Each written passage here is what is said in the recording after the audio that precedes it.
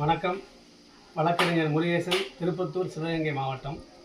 நேற்றைய தினம் இரவு 8 மணி அளவில் கரூரில் நடைபெற்ற டிவிகே கட்சியினுடைய தேர்தல் பிரச்சார கூட்டத்தில் அதன் தலைவரும் நடிகர் விஜயுமான தலைவர் கலந்து கொண்டு அந்த கூட்டத்திலே ஏற்பட்ட கூட்ட நெரிசலில் மாண்புமிகு சென்னை உயர்நீதிமன்ற மதுரை கிளை ஏற்கனவே அறிவுறுத்திய விதிமுறைகளை பின்பற்றாமலும் போதிய பாதுகாப்பு வசதிகள், குடிநீர் வசதி, அவசரகால வசதிகள் ஏற்படுத்தாத வகையில் விதிமுறைகளுக்கு முரணாகவும் தாந்தோன்றித்தனமாகவும் நடைபெற்ற அந்த கூட்டத்திலே ஏற்பட்ட கூட்ட நெரிசலில் அப்பாவி குழந்தைகள், பெண்கள், பொதுமக்கள் என 39 பேருக்கு மேலாக இறந்திருப்பதாக செய்தி வந்திருக்கிறது. அரசு மற்றும் தனியார் மருத்துவமனைகளில் பலரும் தீவிர சிகிச்சை பிரிவில் இருந்து வருவதாக வருகிற செய்தி மிகுந்த அதிர்ச்சி அளிக்கிறது. இதில் பொதுமக்களினுடைய சொத்து சேதப்படுத்தப்பட்டிருக்கிறது. அது மட்டுமல்லாமல் அத்தியாவசிய பொருட்கள் பராமரிப்பும் பாதிக்கப்பட்டிருக்கிறது. போக்குவரத்துக்கு இடையூறாக இந்த கூட்டம் நடைபெற்றிருக்கிறது.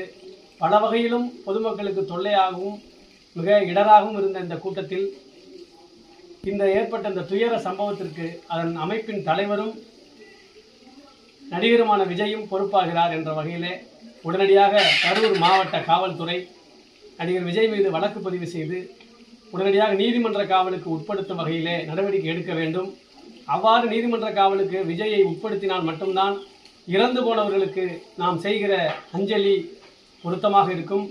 இல்லை என்றால் அவருடைய ஆன்மா சாந்தியடையாது என்ற வகையிலே வழக்கறிஞர் என்ற முறையில் நான் தமிழகத்துடைய உள்துறை செயலாளருக்கும் முதன்மை செயலாளருக்கும் கரூர் மாவட்ட ஆட்சியர், கரூர் மாவட்ட காவல் கண்காணிப்பாளர், கரூர் வட்டாட்சியர், கரூர் நகர காவல் ஆய்வாளருக்கு மின்னஞ்சல் மூலமாக புகார் அனுப்பியிருக்கிறேன்.